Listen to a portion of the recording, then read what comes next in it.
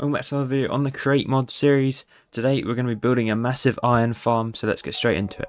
So since last episode I planned out a bunch of stuff for this iron farm, so what we're going to be doing is we have a structure laid out here. I'm actually going to build some. We're going to build a massive contraption inside of here and then build the big building around it.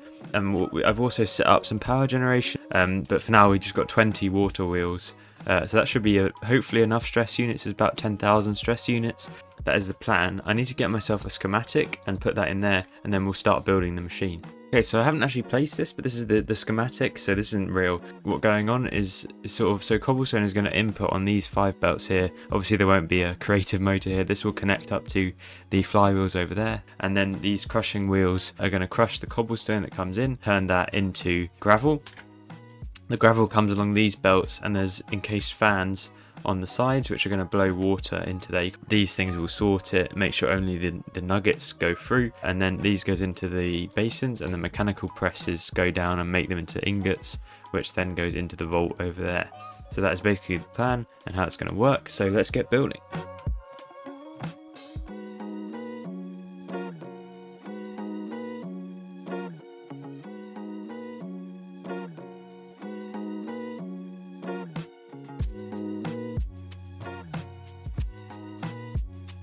Alright, I've got the basic structure down, I've got it all built out, but now I need to just get some power in and also set up how it's going to spin all of these belts. Okay, so I finished building it all, and now I've got all the water and all the pipes and stuff going the right way.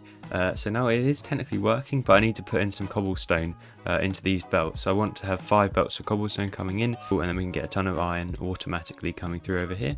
And it should come down into these vaults, and then I can bring it out into a chest and have infinite iron, which is the goal. Okay, so the cobble gen is now in, and we've got a ton of cobblestone coming through, and hopefully we are getting some iron down there. The way that this thing works is really interesting actually. So what it makes use of a little sort of bug exploit thing where you can, not really a bug, but you can move the structure across, and it will break all the cobblestone that's getting formed as it moves across. So I'm just pumping up lava into here, and then that's making a bunch of cobblestone that's getting watered across. We're getting a bunch coming into these vaults. We should be seeing some iron coming across here, hopefully. Yeah, we've got 23 already. I do want to store it in vaults eventually, but for now I just want to get some out of here using just a regular thing like this. But yeah, this is a really sick machine. I could probably improve the efficiency of it just by making, I think by making these faster, it would be a lot better of a machine. But now what I want to work on is actually doing a sort of decorative build. So if you can see around here, I've got sort of an outline that I'm going to be able to build a building that goes all the way down here, and then it comes in and lines up with this. So we've got a building like that. And then I'm going to build a separate building around this, and then we're going to have a little pipe that's going to come in the middle that's going to encompass this belt. So yeah, that's the plan, and I'm going to get building. I'm going to start with a bottom layer of deep slate, different blocks coming all the way around so we can make the general shape of the build.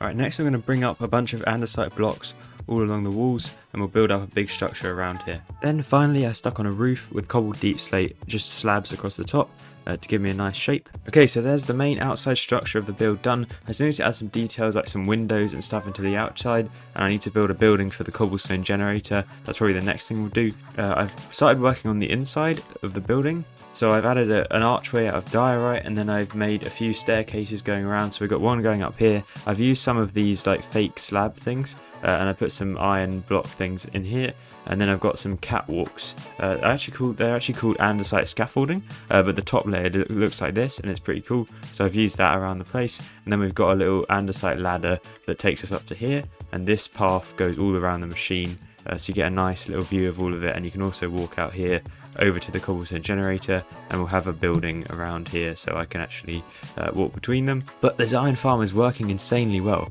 We've already filled up this single chest here, so it's all going into the vault now. Hopefully, I might need to make this a bigger vault because I'm going to run out eventually. So we got a full chest of iron, and this really helps me because I can do a lot of stuff with that. Especially I can make my drill a lot bigger, so that's probably the thing I'm going to do next. So each drill needs an iron ingot and andesite alloy, which are all made from iron nuggets and stuff.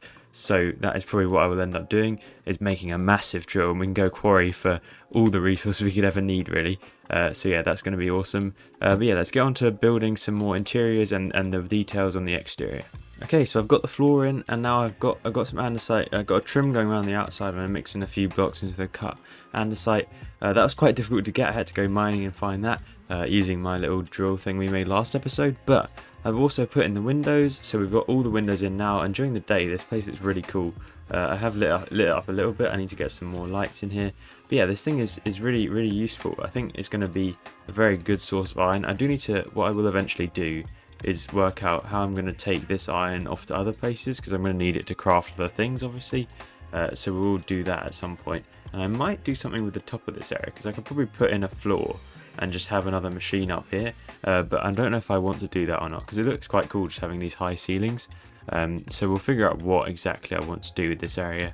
But it looks pretty cool for now, and this cobble gen is working insanely well. If anybody knows in the comments, let me know how to use these threshold switches, because I don't think this one is working unless there's just not enough cobble in these. This thing is going really fast. It does spit out quite a lot of stuff. I can't really do anything about that, and it's probably causing quite a lot of lag, which might be a bit of a problem eventually. But yeah, I want to make it so that all of these machines are toggleable.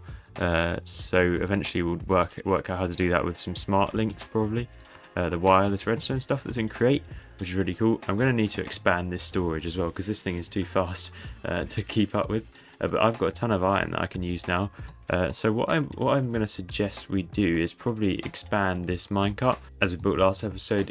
I don't know how many drills this is. There's quite a few drills, but I could make this like double the size and go even taller as well. So I could cover like multiple different sort of ranges. But yeah, I really like this drill setup. I'll probably build it bigger, because now I can just make infinite of the drills, because I still need more andesite. Andesite is still a big problem for me. I'm actually going to go and cut all of these back into regular andesite, I think, because that's probably more useful, because I can craft this into like andesite alloy and all of that stuff that is very useful. And I've been using these andesite scaffoldings, which need andesite stuff as well. But yeah, these look really cool as these walkways. I'll probably have another walkway going up at the top, and just bunch of stuff up there is what I'm thinking. And what we could actually have is just if we have like one going up from here, we could have a andesite scaffolding coming up, and then just another floor. So we could have one coming up here, and you can climb up these. So we could go like this, and then just have it, let's say we have it this height. I don't think that would be good. Yeah. We could just have like a whole floor going out of here. Obviously we'd have to have a few different supports, but that would look quite cool, I think. And we could have another machine up here or something like that. So yeah, I think that's a good idea. But this thing looks really cool. I think one issue I do have is the roof. I don't think it looks great from the outside, because you can't really see the roof. It's a bit tall.